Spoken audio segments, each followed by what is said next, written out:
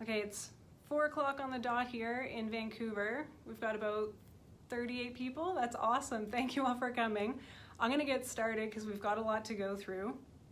So a couple notes before we get started. As you're doing, you can drop comments or questions into the comments section, and I'll answer them at the end. But I'm first going to read through all the regulations, but I promise I'm going to put them into plain language. I'm not going to read them directly from the Gazette. And then if you have any questions, put them in there, and then we'll go through them afterwards. Before we get into that, I want to introduce Coastal Drones and introduce myself, so that you have an idea of why we feel like we are qualified to be the ones going through this with you today. So Coastal Drones was founded in the fall of 2016, and I joined the team the following spring. Initially, we were running aerial operations primarily to support our friends who are helping us host this today, our sister company, Agency Media. We still do that, but then we also ventured to create some quality online drone training, which I know a lot of you have taken, so thank you for that. And found that was a bit of a gap. We wanted to make sure that people were getting the right information to be able to fly drones safely and legally in Canada. So since then, we've been working with companies and individuals to do so. We have courses that are sold in London Drugs out here in BC, as well as some other partners across the country. And then with an eye towards what was coming in the new regulations, we set to create a compliance management system that allows us to manage the paperwork side of drone operations for companies.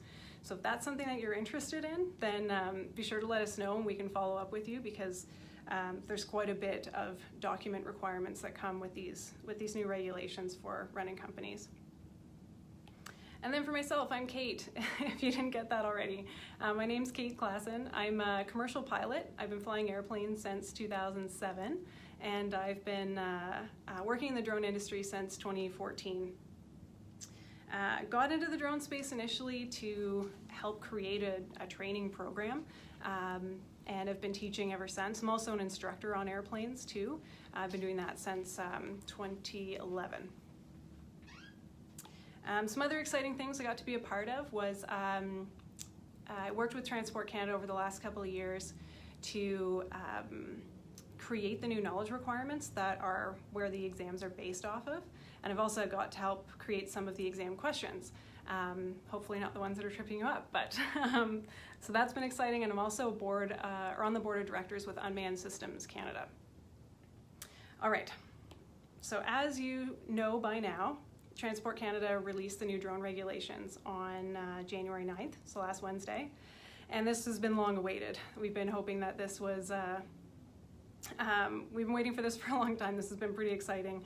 So they were published in Canada Gazette 2, and they'll become a part of the Canadian Aviation Regulations officially on June 1st. So we've got a little bit of a lead time to get prepared to be able to operate under those new regulations. So that's fantastic.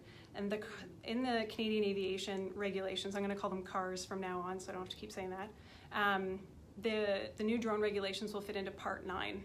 And within the regulations, there are 9 parts. This is going in the final part. So Part 9 has rules that apply to all drone operations. That's really important. Any type of drone operations, whether you're flying a multi-rotor, whether you're flying a fixed-wing drone, if you're flying for fun, if you're flying for work or research, it all applies to all of those flights. There's a further breakdown into divisions, so if you're operating in some limited environments, away from controlled airspace and away from people and built-up areas, that's going to be considered a basic operation. And then there's also an advanced operation that allows you to fly within controlled airspace and within and close to people within 100 feet, 30 meters of people. There's also a division that we're going to go through pretty briefly because it's not going to apply to most of you, to do with flight reviewers. That's part of Part 9 as well. And another section, a separate section that's to do with special flight authorizations. That's something that exists right now. You're probably familiar with hearing the term SFOC if you've been working in the drone industry in the last couple of years. SFOC stands for Special Flight Operations Certificate. And there's still a provision for that in the new regulations, because just like it was before, the SFOC existed to enable operations that fall outside of regular regulations. So that process still exists for things that these new regulations don't cover. So what I'd like to do now is take a look at that. I'm gonna go through part 9, pretty much regulation by regulation, but I'm gonna put it all into plain language and try to explain why the rule is the way that the rule is and what that means to you, so that you don't have to read through the Gazette. But please don't take my word over what's in the Gazette. Please reference back to that if you're confused about anything, because I am trying to simplify things and I don't want to, I may miss a detail in doing that. So if you're confused about anything, you want to confirm anything, please reference back to the actual Canada Gazette publication. Don't tell Transport, but Kate told me in a live stream that it was this way. Actually go with what the regulation says. Okay, and a couple more points, 3 more points to clear up before we get into it. I personally did not make these rules. This is something that comes from Transport Canada, so you know the saying, I'm simply the messenger, please don't shoot me. Instead, we'll post the links so that you can contact the RPAS task force if you have feedback on any of these things. They're the ones that you can direct your constructive criticism to. Getting mad at me isn't gonna do much except make me feel bad. So I'd appreciate if you send that to the right people. These rules will come into effect on June 1st. Up until then, it's the current regulations that still stand. So if you want to fly commercially, you need an SFOC or to operate under the exemptions. If you're flying recreationally, you need to follow the interim order.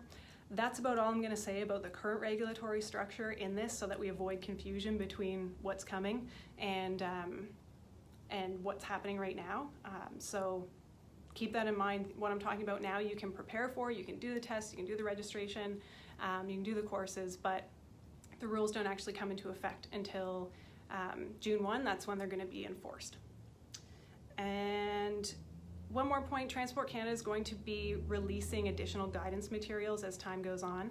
So leading up until June 1st, we're going to get some more study and reference guides, advisory materials called advisory circulars, and some further guidance. So you can expect to see some more publications from Transport Canada kind of as we move forward.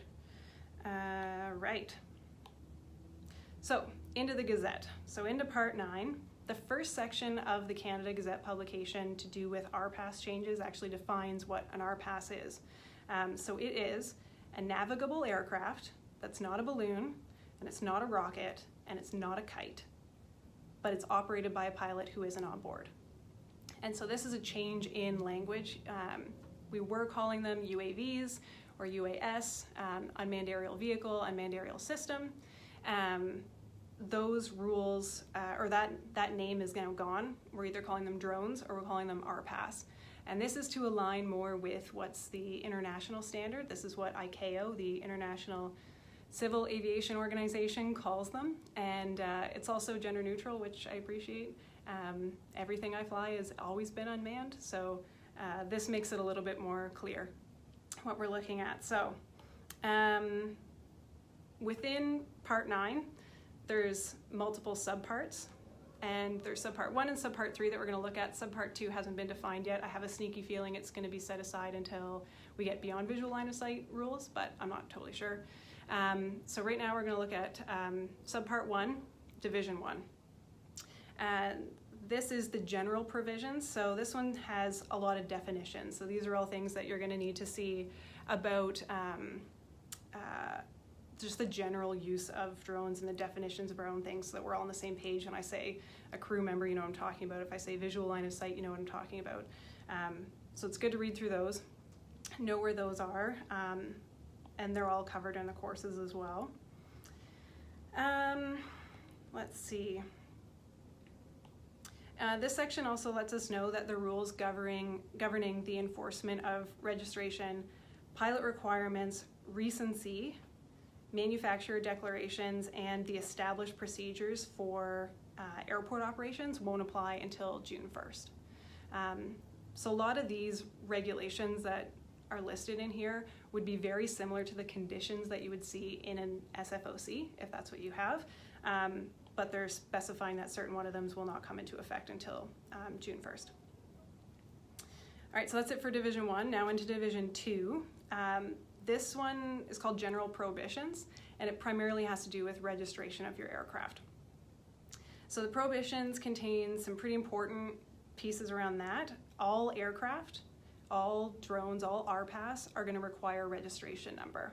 So anything that you plan on flying needs to be registered with the government. It costs $5 per registration, and then it will provide you with a number. You have to put that onto your aircraft. It has to be clearly marked. To be a registered owner, you have to be a Canadian citizen or a permanent resident, and you have to be over 14. You can be an organization or a government entity, that's fine. If it asks for one person's name when you're registering your drone, just put the person who's going to be accountable for that, the fact that the drone is registered. So maybe it's like an operations manager or the main pilot or something like that. They're the ones that are that should be listed there. Transport Canada is going to maintain the list of regulations, or sorry, maintain the list of registrations. And if any of the information that you submitted with the registration changes, then you have to update that within 7 days. There are also provisions to cancel it for things like a lost drone, destroyed drone, if something changes with the ownership. And one last thing, you should always make sure that you have proof of the registration on site with you when you fly. And that's it for Division 2. We're moving right along. This next one is pretty large though. So Division 3 is the big chunk. This is where most of the specific rules around drone flight fall into. So gonna go through these one by one. This one's called General Operating and Flight Rules. Visual line of sight. So all of the drone rules that we're talking about are for flying the drone within visual line of sight, which means that you need to be able to see the drone when you're flying. You can't fly behind buildings, you can't fly till when the drone is further than a speck in the sky. You have to be able to see the drone to maintain operational control over it. But there are some cool provisions around that. It doesn't necessarily have to be you, the pilot, that keeps the drone in sight. It can be a visual observer, so a separate person that's watching the drone, as long as that separate person is telling or able to tell that person, or the person that's flying, the pilot, immediately everything to do with what's happening with the drone. So it's like a second set of eyes. They can be the ones that's keeping the drone within line of sight. So if you have to fly around a corner but you can't move from where you are for whatever reason, then your visual observer could go stand in a different spot, and as long as they can yell to you or talk to you on a walkie-talkie or on a cell phone or something like that, and it's reliable, immediate communication, then you're all fine to use a visual observer to maintain visual line of sight, unless it's something that is specifically authorized in an SFOC. So you could look for it if you need to do something specifically that's going to take the aircraft beyond your line of sight, you can apply for that in an SFOC. 901.12, that's the CAR regulation number. For emergency security perimeter, that one says that public authorities, so that's like fire, police, emergency, etc., they can establish an area surrounding their operation that you're not allowed to fly over or within, unless you've been asked specifically to do that to assist with the operation. So maybe don't fly over and say, hey, I got this great footage, do you want to use it for like checking out the fire that you're trying to deal with? But you can approach them or arrange with them in advance and say, if you have fires in this particular town, let me know. If you need a drone, I can be your person. But don't fly over unless you have permission in advance and you're coordinating with them. You have to fly your aircraft in Canadian domestic airspace, so just don't fly outside of the Canadian borders. So if you're in a border town, that might be a bit more concern for you, but if you're in like a coastal region, then it's probably not going to be too much of a problem. If you're flying within visual line of sight, then you're likely going to be within Canadian domestic airspace. The next one is controlled or restricted airspace. So don't fly into a controlled airspace or a restricted airspace without an advanced certificate, and there are some additional requirements that come along with that we'll get into a bit later on. Don't fly in a Class F special use restricted airspace. That's the kind of airspace that would be over things like prisons, military areas, things where you probably shouldn't be. There's also specific areas where there's Class F restricted, like the peak-to-peak gondola in Whistler, over the Niagara Falls, that's restricted airspace. You could have, over the Confederation Bridge, those are all Class F restricted airspace areas. You can get access with special permission, but generally speaking, it's a no-fly zone. If you accidentally fly into it, this is the next regulation, let the appropriate air traffic control unit know, or maybe it's the user agency. If it's something like a prison, you'd call up the warden and say, oops, and probably apologize. Flight service stations, you can let them know as well. Flight safety. This is kind of one of those common sense, no-brainer ones, but it has to be a regulation because some people need to be told what common sense is. Stop flying if you're going to be a safety risk. So if it's going to be a risk to aviation safety, or if you're going to put a person at risk or likely put a person or aviation safety at risk, then don't fly. Makes sense. Right of way, you have to give way to anything that's power driven and heavier than air, like airplanes, helicopters, balloons, gliders, pretty much everything. Make sure that you're never operating where you're going to risk colliding with them, and you always have to give them way. Give them the right of way. Next up is avoidance of collision. Don't fly so close to another aircraft that you risk crashing into it. You don't want to create that risk of collision. It's not explicitly said here, but I think if you agree to it beforehand, like for drone racing, then it's okay. If both pilots are aware, we're gonna race, we might crash, we might both fall to the ground. As long as it's done in a safe environment, you're not risking anything else, then that's fine. But this regulation says don't fly so close to an aircraft. You can't just pull up next to an aircraft and be like, we're racing now, and then risk crashing into them. That's not cool. The next one is fitness of crew members. So don't fly if you're too tired to do it safely, if you're drunk, that's not a good idea, or if you've had your last drink less than 12 hours ago.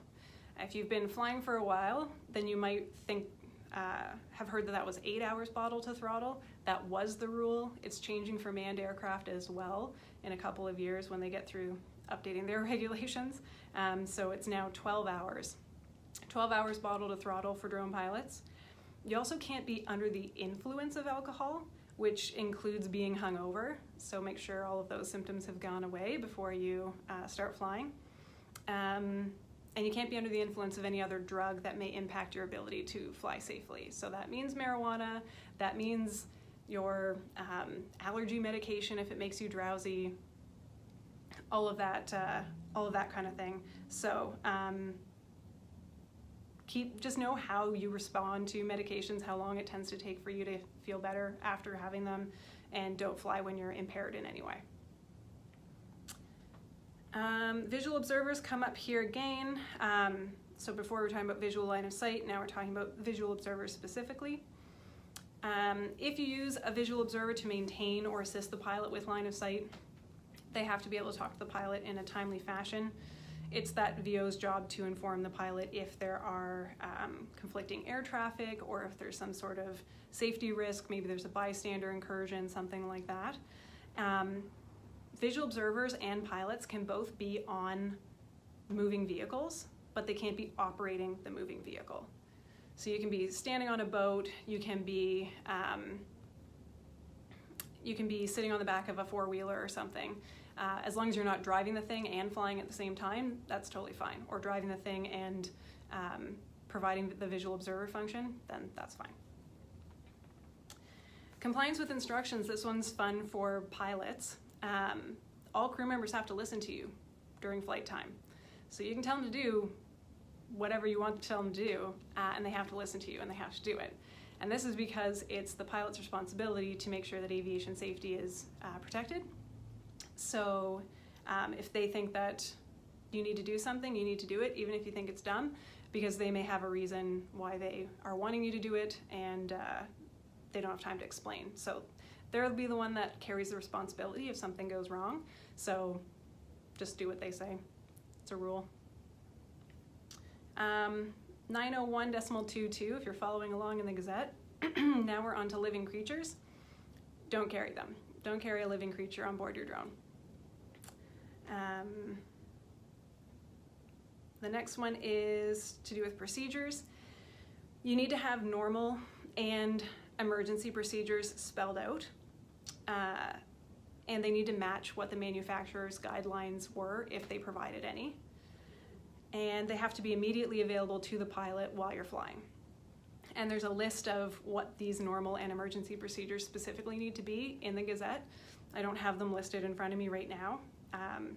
And it's not just like have the checklist to have a checklist, you also have to abide by it. So just make sure it's something that it's practical, that you'll be able to use for your flight. The intent here is not to give you more paperwork to do, it's to make your job easier by giving you, making a rule that makes you have checklists.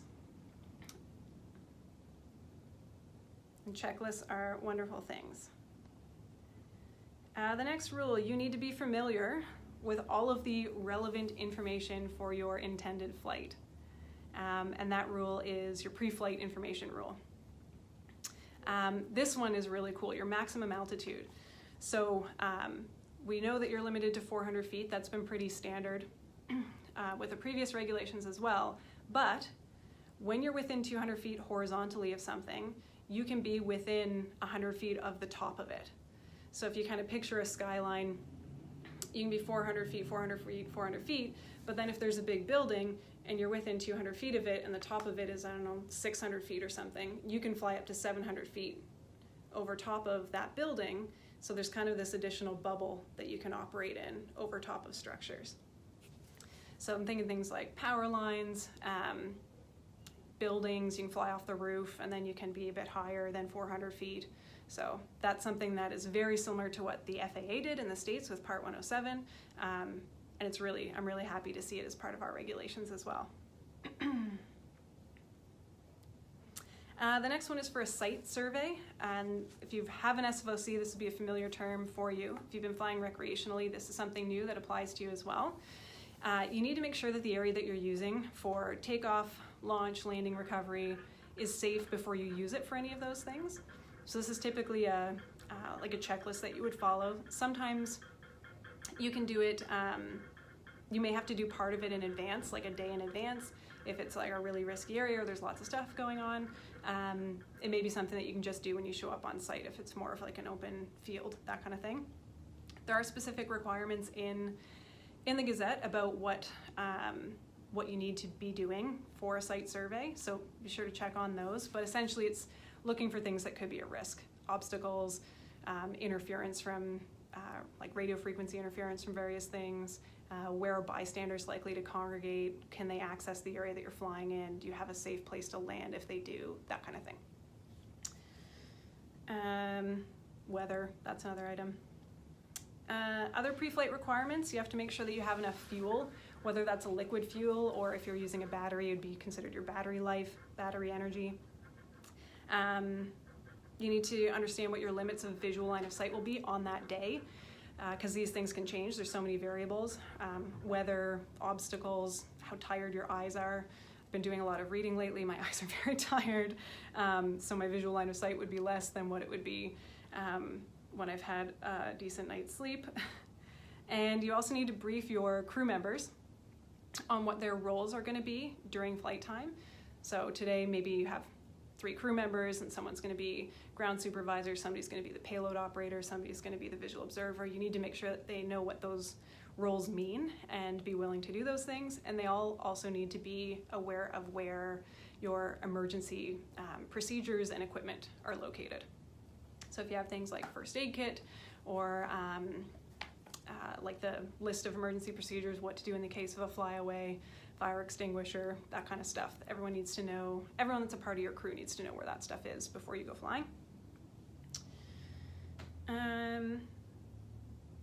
Making sure I'm not skipping any. 901.29 says you have to maintain your aircraft according to the manufacturer's requirements. So if the manufacturer tells you to do something, lists any necessary parts or maintenance that needs to be performed for the aircraft to be serviceable, you need to do those things. if your manufacturer gives you a operations manual, it has to be available to the pilot on site. And you basically just have to follow whatever the manufacturer tells you to do. Especially, you have to be careful of the phrasing in a manual. It might say it is recommended that blah, blah, blah, blah, blah. Or it might say you must do these things, and then you have to follow, kind of keep those two things in mind. Recommendations, they're probably recommending it for a reason. But if it's mandatory, it'll say that explicitly.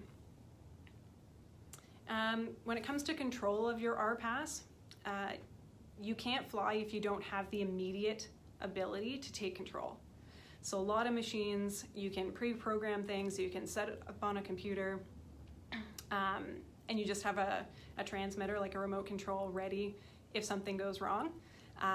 That's fine, you can do that. You can fly with a mission planner software within a laptop or within a computer, but you have to be able to immediately take control. So don't leave it in the box. Make sure it's out, make sure it's powered on, make sure it's connected so that you can take control if you need to. If something happens and it starts doing something it's not supposed to do. I need water, just one sec.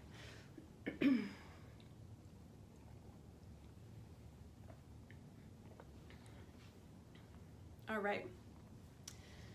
The next regulation is about takeoffs, launches, approaches, landings, and recovery. So don't take off if there's a possibility that you can hit something, and make sure that the site is suitable for what you plan to use it for. So if you're flying a fixed wing aircraft, you're going to need a larger area for your approach and your departure. So keep those things in mind. Minimum weather conditions, this is a big change as well. It's not paired up to match what we've seen previously with flying VFR with manned aircraft. This is new. You just have to follow the limitations that the manufacturer has set. So if they say you can't fly below 0 degrees, then don't do that. But otherwise, you just have to have good enough weather to see the aircraft. So it's pretty straightforward. There's no vertical distance from cloud, horizontal distance from cloud requirements. Really, you just have to be able to see it, and you're following what the manufacturer says the aircraft's capable of performing in. When it comes to icing, so this is kind of tied into weather, don't fly when it's currently or likely to begin icing, unless you have a way of dealing with it, like a system that would de-ice your aircraft while it's in flight. Don't fly in icing conditions. If you don't know why that's a bad thing, you can read up on it. That makes some pretty crazy performance changes very, very fast. And don't take off if you have any ice adhering to the aircraft at all. The easiest way to get rid of ice is just to put the aircraft somewhere warm or wiping it down, rather than trying to use any hot water or anything to get the ice off. The next regulation is on formation flight. So don't operate in a formation flight except if you plan in advance to do it with other pilots. So that's the one that I was thinking about earlier with the collision piece too. The next one's a prohibition. You can't fly while operating from a moving vehicle. So there's how they address the pilot requirement to not be operating a vehicle, and before we saw the visual observer requirement to not be operating a vehicle. You can be on it, you just can't be driving the boat or driving the car or whatever. You can have someone else drive it for you though. The use of first-person view or FPV devices. You can fly FPV if you have a visual observer there with you who's able to keep the aircraft within line of sight. So they just have to be similar to how we were talking about it earlier with having visual observers. The same thing applies if you have the goggles that obscure your forward vision, then you just need to have someone there with you. You can also use things like Google Glass or I forget the name of it, but there's another brand of, they just look like glasses, but they have like a heads-up display within the lens, and you can use those to have information from the aircraft, that telemetry information displayed on your glasses while you're scanning the sky and looking at your drone. That's totally fine. If you have that peripheral vision, then that works. Night flight requirements. To fly at night, you need to have position lights, and they need to be turned on. So position lights, like the name implies, is just a way for you to know the orientation of the aircraft, so you can tell what position it's in while it's flying. So most aircraft will have red lights or white lights, red and green or red and white, so that you can tell which direction it's facing. So just make sure you know on this particular aircraft what that means, so that you can tell what position it's in while it's flying around. And you may choose to add additional lighting. Just make sure that that's something that is approved by the manufacturer. And you can use night vision goggles to maintain or to help with line of sight during night flights, but they can't be your only way of seeing the aircraft at night. So you have to have the lights as well. You're not allowed to fly more than one aircraft at once, unless it's something that the manufacturer permits. And even then, you can't fly more than 5. Called me. Sorry about that. So in case you missed that, you can't fly more than 5 aircraft at once without an SFOC. You can fly more than one at once if it's something that the manufacturer allows. For special aviation events and advertised events, if they're outdoors and for the general public, like concerts or festivals, markets, sporting events, that kind of thing, you need an SFOC to fly there legally. Even if it's something that would fall under the requirements for other, like it would fall within the basic category. If it's a large outdoor event for the general public, it's something totally different. It falls into a different category, so you need an SFOC to be able to do those. With handovers, don't give someone else the responsibilities of the flight unless it's something that's been prearranged, and there are procedures in place to mitigate any risk of loss of control. So if, don't just get panicked and throw the controller at somebody else and expect them to deal with it. You have to arrange that beforehand, but it does enable that to happen, so maybe you can do visual line of sight handoffs to fly like a pipeline patrol or something that's really long distance. Payloads. You're not allowed to carry anything explosive, corrosive, flammable, or that is a biohazard. You can't fly weapons, ammunition, or equipment meant for use in war. And you can't cause hazard to safety or injury to people with your payload. So that doesn't mean your LiPo. That's something different. That's a part of the system. This is specifically referring to the payload. So the payload, by definition, is something that you're paying to carry along with the aircraft. You're using fuel or using energy to carry this thing with the aircraft. So it's separate from components that are part of the system, but don't do like that YouTube video where the guy strapped Roman candles to his drone and shot them at his buddies. That's not right. Not allowed anymore. Probably never was. Flight termination system, don't activate that. So there we're talking about like your return to home system. Don't activate return to home or return to land if it's going to endanger aviation safety or people on the ground. Makes sense.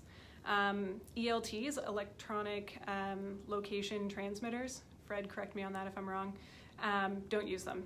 Drone pilots aren't required to have ELTs because we don't want search and rescue coming around and finding our Phantom in the trees after they've been trekking in the woods for a couple of days to try and find a missing aircraft. They don't want to come across your Phantom strung up in the tree. The next one is about transponders and automatic pressure altitude reporting equipment. So transponder is a device that's on manned aircraft that has a specific code, so that on air traffic control radar they can see where the aircraft are moving and positively identify which one is which aircraft. That's not something that is common on unmanned aircraft. So, but there are certain areas of airspace that require transponders and pressure altitude reporting equipment. So you're allowed to fly in transponder airspace as long as you won't be a risk and you coordinated it in advance with ATC. So that one's pretty good. That one makes a lot of sense. Operations at or in the vicinity of an aerodrome, airport, or heliport. Just don't interfere with the established patterns of operations at registered aerodromes. You have to stay 3 nautical miles away from the center of airports and D&D aerodromes, so Department of National Defense, like military aerodromes, and 1 nautical mile from heliports. And really, I want to talk about this one a little bit more. So when it comes to where aircraft take off and land from, they're all called aerodromes, and then there's a bunch of subdivisions within that. So there's aerodromes covers pretty much everything, and then if you have a certified aerodrome, it's called an airport. You can have a registered aerodrome, and both of those types are going to be in a document called the Canada Flight Supplement or the Water Supplement. Those ones are published, and that's what they're talking about here. So they're saying, generally speaking, don't mess up any of the established patterns at any type of aerodrome, but you have to stay the 3 nautical miles away from airports and D&D aerodromes, and then 1 nautical mile away from heliports. So I think that's a key thing. That changes things pretty drastically. Out here in the lower mainland, there are a ton of aerodromes. There's a lot of airports, but there's a ton of aerodromes as well. And so if you look at the map, pretty much from like Vancouver to Chilliwack, there's aerodromes everywhere. And what this allows is that as long as you're not interfering with the established patterns at the aerodromes, you can fly in those areas now. So as long as you're not in controlled airspace and you're staying the mandatory distance away from airports, then it allows you to fly closer to aerodromes, which is pretty essential because in like cottage country in Ontario or out here where there's lots of float planes on lakes, wherever a float plane decides to land just becomes an aerodrome. Because an aerodrome, and I'm not going to remember the proper definition now, but it's any area of land or water or ice that's prepared, equipped, or serviced, used for taking off and landing and maintenance of aircraft. So it covers it like a huge swath of things. But now with these these upcoming regulations, it's a lot better for us. Makes it a lot easier to find somewhere to fly. With records, you have to keep records of all of your flights. So that's the crew and the flight time. You have to keep records of maintenance, including any modifications and repairs and any details that came from that. And you need to transfer those to the new owner if you sell your aircraft. And that's pretty standard in aviation. And then with accidents and incidents, if you have unintended contact with another aircraft or structure or a person, or the aircraft isn't controllable or it exceeds where you thought it was going to fly, it flies into airspace it wasn't supposed to, you have to keep a record of that incident for 12 months. And anytime that transport asks for them, you have to give them to Transport Canada, into an inspector or the minister or their delegate. So makes sense. There's no immediate reporting that needs to happen there, but you have to keep record of it if somebody asks for it later on. Okay, that was it of the general operating ones. So there's a ton of information there. I hope I didn't go through it too quickly for you. The next 2 will go by a little bit faster, and then we'll get into your questions. Just need a little more water.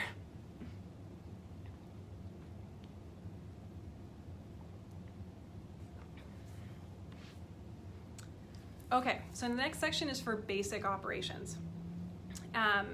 The definition of a basic operation is one that isn't advanced, which makes sense. So we'll get into what the advanced ones are in a little bit. The pilot requirements to be to hold a basic certificate, you have to be 14 and hold either a basic or an advanced certificate to be able to operate under this section. If you're not yet 14, then you can fly with someone else who is 14 or older and has the appropriate certificate. Makes sense. To have a pilot certificate issued for the basic category, you have to be 14 and you have to pass the test. And the test is online. It's written through Transport Canada's website. You have an hour and a half, 90 minutes to write 35 questions. So it doesn't take too long to go through. If you studied up and you know your stuff, you'll have no problem. I wrote that exam on Thursday last week, and it's pretty straightforward. I got 2 questions wrong. One on the new regulations, which I realized when I was going through this, and one on redundant systems. But you can retake the exam 24 hours afterwards if you fail. But the language in general that was on the exam was pretty technical. And I think that that's going to be the biggest challenge for people that don't have an aviation background or that are brand new to flying drones or have just been flying without any formal training. That part of it will be what's the biggest challenge on the basic exam, is just understanding what the question's trying to ask. They are multiple choice, but they don't give you, they're not very leading questions. You really have to know what the right answer is. There's a recency requirement with the basic permit. So in the last 24 months, you need to have either passed the basic exam, passed the advanced exam, done a flight review, or met some other type of training activity that's further defined in another supplement to this, a standard that goes along with this, this part. You have to have access to your certificate and your proof of recency when you're flying. It has to be immediately accessible to the pilot, so it always has to go with you. So just print it off, keep a copy of it in your drone case or something like that. And maybe take a picture of it and keep that on your phone so you know you definitely have one. Examination rules: don't copy or remove the text or help anyone write it, or accept any help or write the exam for somebody else. Makes sense. And yeah, I mentioned you can retake the exam 24 hours after you fail. And that's it for the basic operations. Next up is advanced. So for advanced operations, it allows things that aren't allowed in the basic category. So you can operate in controlled airspace if you meet some other requirements. You can fly closer than 30 meters, up to 5 meters from people, as long as they're part of your operation. And you can fly less than 5 meters from people if the aircraft is declared compliant and meets the safety assurance requirements that I'm sure we're going to get lots of questions on and talk about shortly. And then you're allowed to fly within 3 nautical miles of aerodromes and 1 nautical miles of heliport. To be an advanced pilot, you have to be 16 or older and hold an advanced certificate. If you're not yet 16, similar to what it was like with the basic category, you can fly with someone else who is and who has their advanced certificate. One kind of chicken and egg thing that we were running into, a couple of questions came up online, was about doing the flight review component that we're about to talk about with the advanced operation. It says that you need to have a basic certificate to do your flight review, so a skill test in front of a flight reviewer to hold your advanced certificate, but you get one when you write the advanced exam. So it kind of gets covered. It sounds like it's 2 separate requirements, that you need to do the basic and then you need to do the advanced, but yeah, you just need to write the advanced online, that advanced online exam that covers you as if you had your basic certificate, and then you're able to do your flight review after that. To have a pilot certificate issued for the advanced category, you have to be 16, pass the online knowledge test, and do the in-person flight review. And we'll talk more about that flight review in a little bit. Recency requirements, it's the same thing as with the advanced, with the basic. In the last 24 months, you need to have passed the exam, done a flight review, or met one of those training activities. You have to have access to your certificate and proof of recency. And same thing goes with the exam. You can retake it after 24 hours and don't cheat. Okay, now we're getting to the spot where there's going to be lots of questions. This is the manufacturer declaration regulation. So in controlled airspace, you have to have a safety assured aircraft to be able to operate. And there's a lot of questions about this. Oh, I just saw a comment that made me think of something. For the advanced exam, the requirements for that, or what that exam looks like, it's 50 questions in 60 minutes, and you need an 80% to pass. I tried writing that one this morning, but got caught with an internal server error on Transport Canada's website, and it was about 11 questions in when I couldn't access it again, and then I got an email about 45 minutes later that said that I failed, so I'll try it again tomorrow. Okay, so the manufacturer declaration piece. You can't fly in controlled airspace or closer than 30 meters to randoms or 5 meters from your crew unless the manufacturer has declared your aircraft to have met a certain set of standards that haven't been published yet. So everyone's freaking out about whether or not DJI is going to have any of these aircraft that meet this safety assured set of requirements, and are upset that they haven't released any yet, but that's because they don't know what those requirements are yet. We should expect to see that information come from Transport Canada in the next couple of weeks, so they're going to have lots of time to review those and decide what their next steps are going to be. They are well aware that this is what's happening in Canada, and they want to make sure that Canadians can still fly their aircraft, so I think we can all just take a deep breath and just relax for a little bit until we see what comes from DJI in the next couple of weeks and months. They've got some time to figure it out. So no, we don't know what that looks like yet, but I'm going to be cautiously optimistic. The only aircraft that we know that meet those safety assurance requirements are the ones that were declared compliant in accordance with the staff instruction that's been in place. You can see that list of aircraft on Transport Canada's website. I think the cheapest one starts at around 10 grand. So there are,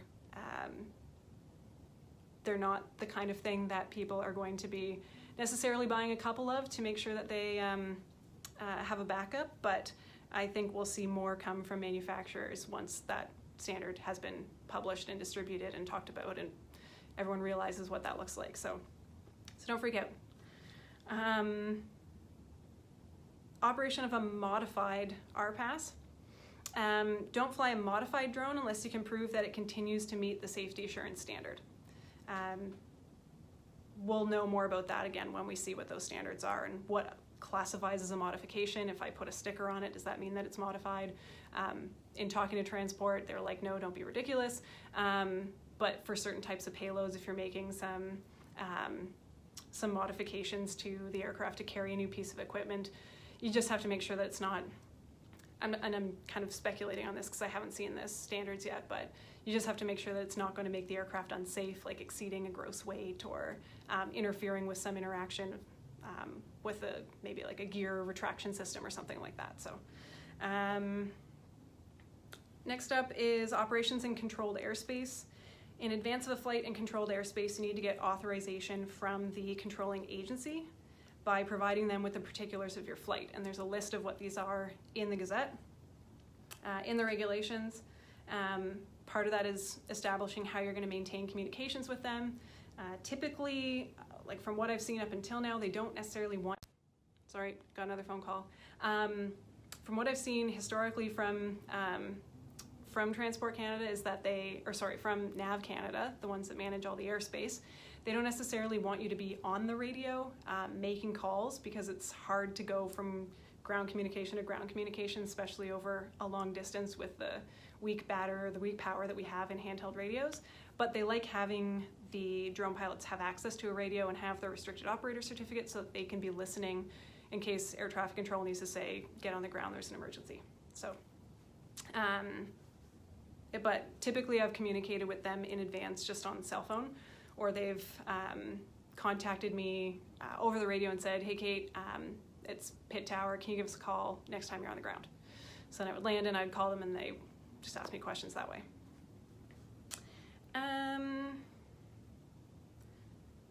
Next one is compliance with air traffic control instructions, which is just do what air traffic control tells you to do. If you don't think it's safe, do as much of it as you think is safe, and then talk to them as soon as you can afterwards and explain why you didn't do it all. But if they say land immediately and you're over a body of water, then just get as low as you can, get back toward the ground, and then put the aircraft down. It doesn't mean that you have to send your aircraft swimming. That's kind of what I'm getting at there. Operations at or in the vicinity of an airport or a heliport, you have to use the established procedures, and we're not totally sure what that looks like yet, but I expect that we will see something come from Nav Canada prior to June 1. Okay, and that's it for the advanced section. The next two that come up, advanced operations, are requirements for the manufacturer, that's Division 6, and Division 7 are requirements related to the flight review. These don't necessarily apply to everybody that's watching. which is 85 people and a little bit intimidating right now. So you're not really, you're affected by it, but it doesn't really do a whole lot to know the regulations in and out when it comes to these things. So I'll leave that for you to read, but I'll make sure that this goes up in our blog post so that you can reference back to this if you missed the beginning. The whole video is going to be available online. We're recording it as well, so you can go back and review something if you missed it, Ty, and then I'll put all these notes up there as well so that you can have a read through. And then, okay, so Division 6, Division 7, I don't think I'm going to go through. And then the last piece that's in the Gazette that you need to know about is special flight operations for RPAS. So this is the SFOC piece that still exists within the regulatory framework. So essentially, an SFOC, and this is one thing that's a bit of a pet peeve of mine, so I'm going to try and explain it without being too sassy. So the SFOC existed well before drones existed, and it was used in manned aviation to enable something that fell outside of a regular operating certificate. So when drones started to become more popular, they're like, hey, this is what we'll use until we can make our own drone regulations, and anything that falls outside of since there is no drone regulation, all drone regulations fall outside of the regulations, or all drone operations fall outside the regulations. So they put together this process where you would apply and be able to get a flight approved. That doesn't mean that what you're used to as an SFOC is always what an SFOC looks like. So there are SFOCs that you can get for certain things. It doesn't necessarily look like what you remember or what you're used to.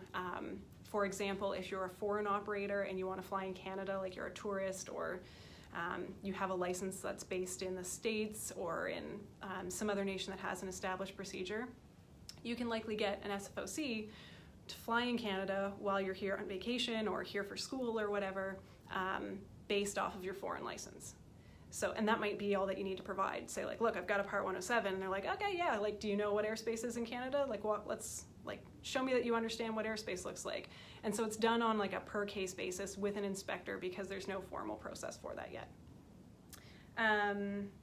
There are some requirements that are spelled out in this section for like an operation of an operational SFOC. So if you're doing something like the one that I was talking about, flying at a festival or a concert or something like that, there are some requirements that are in there. But that is it. That's all the regulations. So overall, it's a fantastic change. And I know there's going to be lots of people that don't agree with me on this, but there are a lot of pieces in this. If you saw the first draft of the proposed regulations when it came out, I think it was like 2015, this is fantastic. This is a much better version than what we saw then. It's a lot less prescriptive. It enables a lot of operations, like generally, and because one of the really significant changes that I probably should have explained right at the beginning was that these regulations are risk-based, so they apply to all operations. It's not, are you flying commercially, are you flying recreationally, because you could have someone flying recreationally and someone flying commercially in the same spot, and they carry the same amount of risk, but they're treated totally differently, and that doesn't make sense. So Transport Canada did away with that, and now we have just basic and advanced, and that covers the majority of drone flights. So if you're still discouraged by what we went through, I encourage you to do some reading and let's dive in on what the sticking points are, because I think that once the regulations are better understood, people will be a lot happier. They're a positive change. We should be happy about this. But there is a piece for you to provide feedback. There's a way for you to provide feedback to Transport Canada. They will want to hear those things. They can make changes moving forwards. It's not an easy process because now it's in the regulation. The time for feedback really was when things came out previously and all the proposed regulations were kind of floated with everyone. But yeah, there are, overall, I think we should be happy as Canadians that this is the direction that our government's moving. And now that we have this solid foundation of visual line of sight, we can get excited about beyond visual line of sight, right, Transport Canada? Because that's really what's next. We need some procedures around beyond visual line of sight and unmanned traffic management. So that's kind of the next phase of things in Canada. So, all right, I'm gonna access this folder and see where Matt has been adding questions. There's a few that people sent in advance. So, actually, let me just give me one sec. Okay, so there was a few that came in beforehand, so I'll go through those first. James asks, I am interested as to what the requirements are for realtors, as it's classified as a business pertaining to the use of drones. Okay, so this one is, so coming June 1st, that's where we're getting rid of the commercial recreational distinction. So the requirements would be, probably as a realtor, unless you're only a realtor for kind of remote areas, you'd probably want an advanced certificate so that you can be flying over houses that are near airports and controlled airspace and that kind of thing. So for realtors, it doesn't matter that you're a business necessarily, the same thing would apply for your fun flights, but you'd likely want to pursue an advanced certificate. I'm a hobbyist and cam drone. Okay, I'm a hobbyist and cam drone pilots are ruining it for everyone. I probably could have edited that part out of the question. I've been flying safely for longer than you've been alive. Why should I take an exam now? Probably should have read these in more detail. So you can, you should take an exam now because it's the rules. You can likely do your flying under the basic category unless you're flying close to an airport in controlled airspace.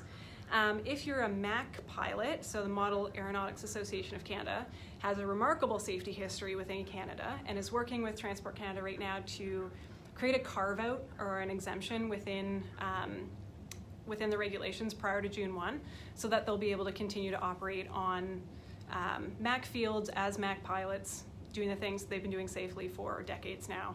So you don't need to be angry at cam drone pilots. It's not their fault that technology is advancing and this is becoming a thing that people enjoy doing with their time.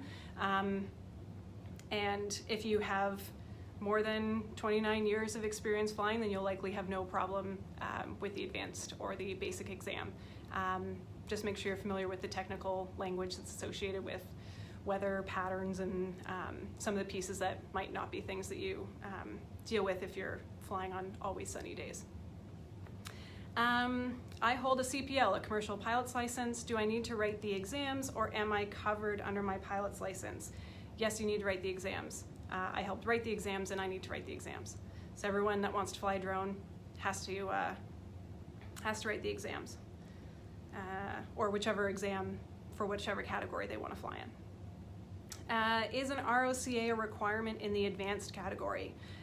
Yes, it is in the knowledge requirements that you have the ROCA knowledge. Getting the certificate requires an in-person session. You can search for those on the Industry Canada website. Actually, now they're called Innovation, Science and Economic Development Canada, which just rolls right off the tongue. But you can search for an accredited examiner on there, and they'll be able to do your test so that you can carry that certificate as well. It's valid for life, so you only have to do it once. Okay, let's look on here. Connor asks, I heard you have to register your drone now. Does this apply to all drones or just certain weights? It applies to all drones between 250 grams and 25 kilograms. If you're flying something that's under 250 grams, the rule is don't cause a hazard. So use common sense, don't be reckless, and then you're good. You're good to go. Preston says, oh, here we go. Can drones under 250 grams be registered, and are they regulated at all? I don't believe they can be registered. You don't have to register them if they're under 250 grams. They are regulated with one rule that says don't cause a hazard, don't be reckless, don't fly in a cloud. I'm pretty sure those are the 3 requirements on it. Mike, he says, so current rules do not include the new rules and exist as is. No, so we're kind of in like a weird overlap period right now. The structure that we were used to in the last couple of years still exists up until June 1, and then the new rules start becoming effective, but from now up until June 1, you can get prepared so that you don't have any downtime when the new regulations come into effect. So you can register your drones, you can write the exams, you can do your flight review, you can kind of get all your procedures set up and everything is in place so that when June 1st hits, you're good to keep flying. John says, I heard you can't do that, use people as checkpoints. You couldn't before. So I think you're talking about here visual line of sight, being able to kind of pass the responsibility of keeping the drone in sight to another person. Wasn't something that often got approved. I did see it a couple of times, but wasn't something that often got approved previously in SFOC applications, but now it is something you can do. Frederic, can I pass my advanced operation with a helicopter if we don't have the manufacturer declaration? And what equipment does my helicopter need to be used for an advanced operation? So the first question, you can do the flight review on any aircraft type, and it covers you for all aircraft types. So you can do the flight review on a DJI Spark and then go fly a 15.5 kilogram Matrice 600 Pro. That's fine, but expect the flight reviewer to ask you questions about the aircraft that you're planning on flying. So if you don't want to do the flight review or do a test flight or do one of these skill testing flights on your most expensive drone, that's fine. But the flight reviewer will probably ask you questions about what type of aircraft do you plan on flying, and what would you do in this particular station, and how many GPS units does it have, and blah, blah, blah, blah, blah. So you might get questions on the aircraft that you plan on flying in your operations. If you have a big backyard and the rule said you need to be X feet of car house, if the car is yours, same rule. Oh, okay, so with, when we say you have to be 100 feet from people, or 30 meters from people, we're talking about like freestanding bodies, like someone standing on a sidewalk. It doesn't count for people in houses or bystanders that are in cars. So you can fly over roads if everyone's in a car. I think bicycles would probably count as like a freestanding person because they don't have protection around them. So you can fly over roads, you can fly over houses, just be like, keep in mind the privacy laws. That's not governed under the Transport Canada regulations. That's something that's totally separate, so make sure you're well versed with those so you're not breaking any of those laws. But if you're flying over, like doing real estate photography or something, and the neighbor comes out and wants to know what you're doing and they're within 100 feet, you can say, oh, we're doing a drone flight. Regulations say that I have to be 100 feet away from people, so you can either go stand over there or you can just go inside the house and I can talk to you about it afterwards. Best if you let them know in advance because they tend to be a little bit happier about things when you do it that way than having to explain it to them after the fact. Blake, he says, can all the paperwork that has to be with your SFOC manuals, etc., be PDF on a phone or tablet? Sure. Use it, have the documents in a way that you're going to use them. Don't put a bunch of effort into making fancy PDFs if you never remember to charge your tablet and take it out with you. Probably have them on a separate tablet than the thing that you use to control the flight. So if you have your iPad plugged into the transmitter, don't have all of your emergency manuals with all your procedures on that tablet because you probably want to keep that screen open if there is an emergency. Maybe have a little bit of both. Tom says, is a fire extinguisher mandatory equipment? I don't know. It's a very good idea. It used to be listed as a requirement in the SFOC, but I don't know if it's required on site. I can't remember if I read that or not. Ty, does the certification from the online course expire? I wouldn't call it expiring, but there is a recency requirement to it, so you have to do something to keep your certificate valid. So every 24 months you have to do something there. Radek, sorry if I'm mispronouncing that. If I take a UAV Velos course, do I still have these 120 meter restrictions. What about beyond visual line of sight? Yes, so the restrictions apply to either the basic or the advanced category. So basic, you have to be you have to stay below 120 meters. I think that's what you're talking about, because that's 400 feet. But you can go up and above the structures like we were talking about. Okay, and then John asked a similar question. Is there a way to be legally allowed to fly more than 120 meters high? Yes, in an SFOC. John West, who tests the in-person flight tests? I have heard that different companies are accredited testers. Yes, so initially what Transport Canada has done is reached out to all of the declared compliant training organizations, and they have given us a token that allows us to to be able to go in and kind of bypass the 6-month requirement for flight reviewers to hold an advanced certificate. So we can go in and we can write the flight reviewer exam, and then we're able to conduct those initial flight reviews. And then anyone that wants to be a flight reviewer has to be associated with one of those declared compliant training organizations. And that organization is responsible to make sure that they're doing what they're supposed to be doing. So it's there's some auditing, kind of an audit trail there. And yeah, so I hope that answers. So the in-person flight tests, they're from flight schools or training schools, and that's how it works, at least initially. How does the advanced work? What is the difference if your drone isn't on the approved list? This is one of the ones that I'm going to say don't stress out too much right now, because we don't know what that list is going to grow to look like once the requirements are listed. But you can do the test on any drone as long as you're in uncontrolled airspace, because you have your basic certificate when you're doing the in-person flight review. Does previous ground school training count for anything? Of course. Your training provider should be providing you an update. I would hope that they would do that on the new regulations. If not, hopefully this gave you enough to understand what the new regulations are. And then you have the knowledge, and that's all that you need at this point. There's no separate knowledge requirement. You just need to pass the online test. So that's all that's needed.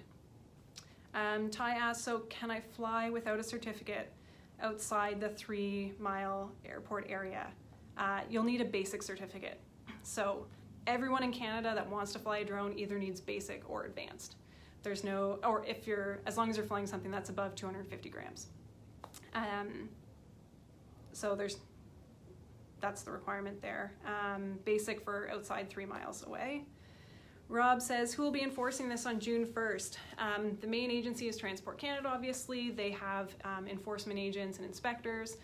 Primarily up until this point, they have been relying on reports and evidence for to kind of enforce the regulations, but they're going to be working with the RCMP and other local police and kind of peace officers to enforce the regulations moving forward from here. Calvin asked, does the drone have to be registered if it only flies at registered MAC field? I'm not 100% sure, because I'm not sure what that MAC exemption is going to look like. Maybe wait and see before you pay the $5. If you're only ever going to fly at MAC fields, there may be an exemption for that, but I don't know. So we'll let you know when we know. It should be something that comes once TC and MAC figure out what that is. I would ask your MAC club. They're going to be the ones that would promote that information and let you know what the requirements are following that. Brian asks, does any of this apply to RC helicopters or airplanes at MAC fields? I'm going to say same as the previous answer. We'll wait and see what that looks like when Transport Canada puts that out. But check in with your MAC field. I'm sure they're going to be doing a good job at communicating that to you. Chris asks, what is the best or a good link for test study purposes? Well, Coastal Drone offers exam prep courses. So you can check out our website, coastaldrone.co. There's a pop-up. Click on that, and it'll take you to a flow chart. And then from there, you can walk through to decide if you're going to go basic or advanced, and then if you want to do ground school or just an exam prep course, or just go and do the test right away. Thanks for asking, Chris.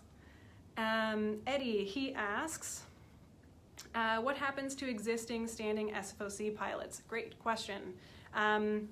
If you have a standing SFOC, you're good to go until June 1st, but just make sure that you are getting yourself in order so that after June 1st you can operate under the new regulations as you need to, whether that's basic or advanced. And then he asks, do we still need permissions or to notify people within 100 feet of the flight path? What are the permissions requirements for flights in urban areas? I didn't see anything in there about notifying. I think it's a good thing to do because people that are within 100 feet, you can ask them to stay inside.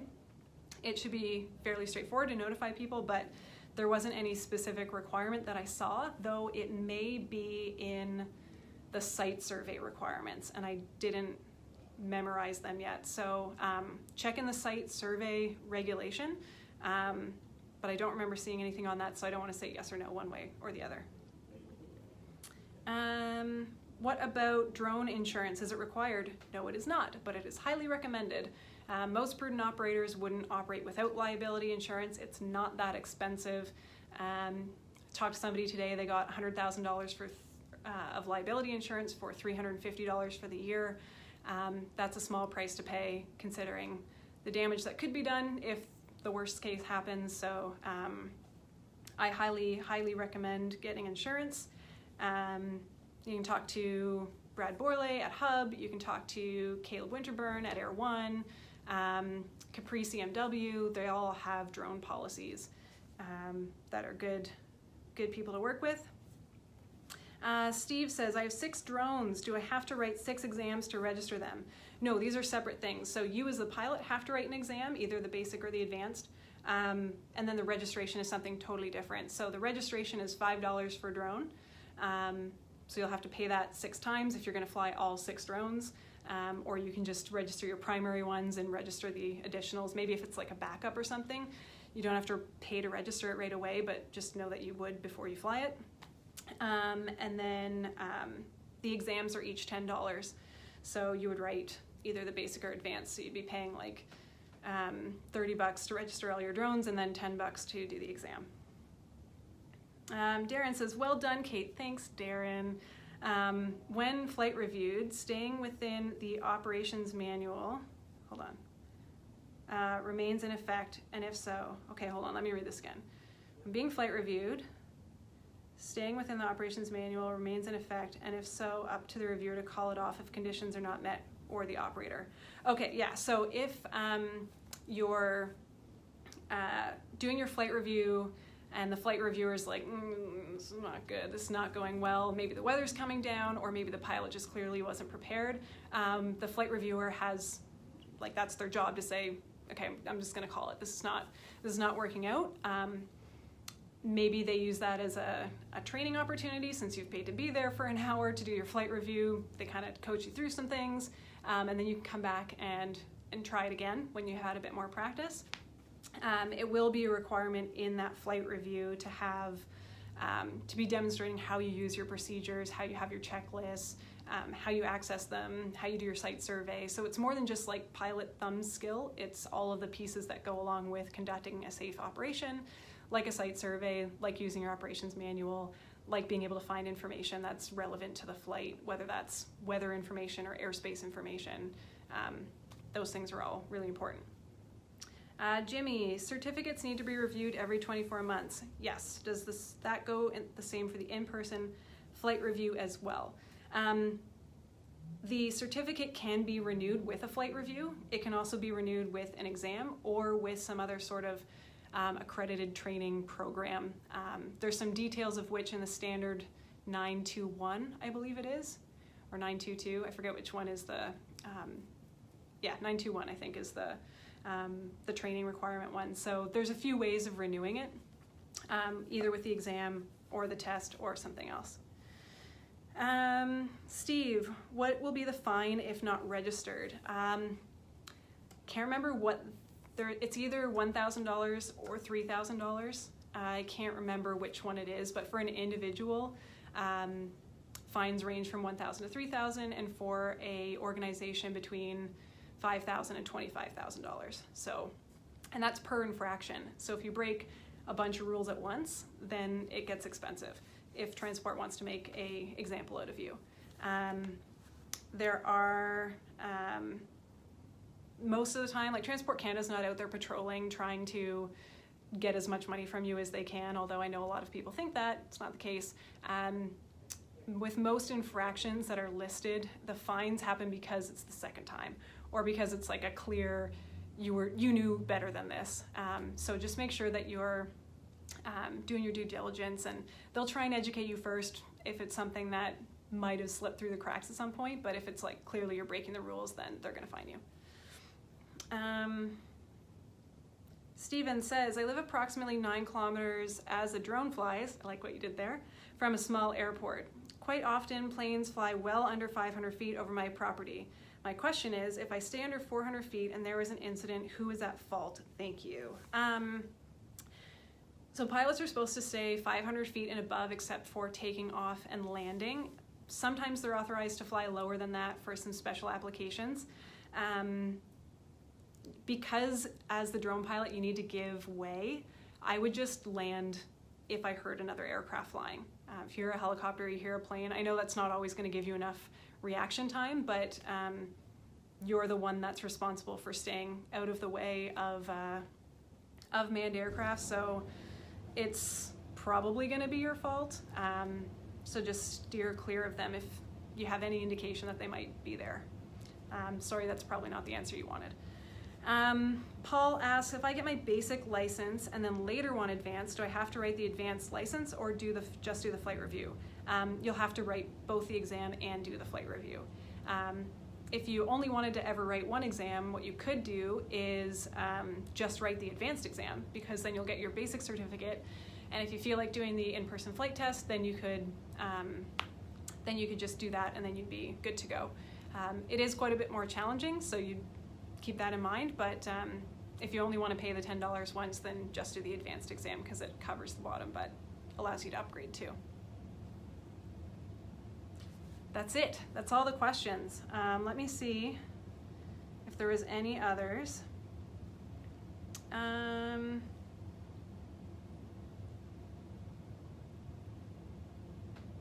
Okay, I think we covered all that we needed, or all that I had on here anyway. If you have other questions, you can get in touch with us. You can email me at kate@coastaldrone.co. You can also, if you're on our course webpage, there's a little chat window in the bottom that'll take you to me as well, so you can send me a message on there and I'll get back to you as soon as I can. I'm a little bit behind with those. Things have been a little bit crazy since Wednesday. You can send us a message on Facebook. You can post on our wall. I think that's about all the ways to get in touch. Oh, you can call us too, 604-928-4535. And yeah, that's it. So hopefully that was useful. Hopefully that clears things up. Hopefully that makes you stress out a little bit less about what DJI is up to. We'll make sure that we're communicating that as much as we can, as much as we know, as quickly as we know it. So, all right, that's it. Thank you all. I appreciate the thank yous.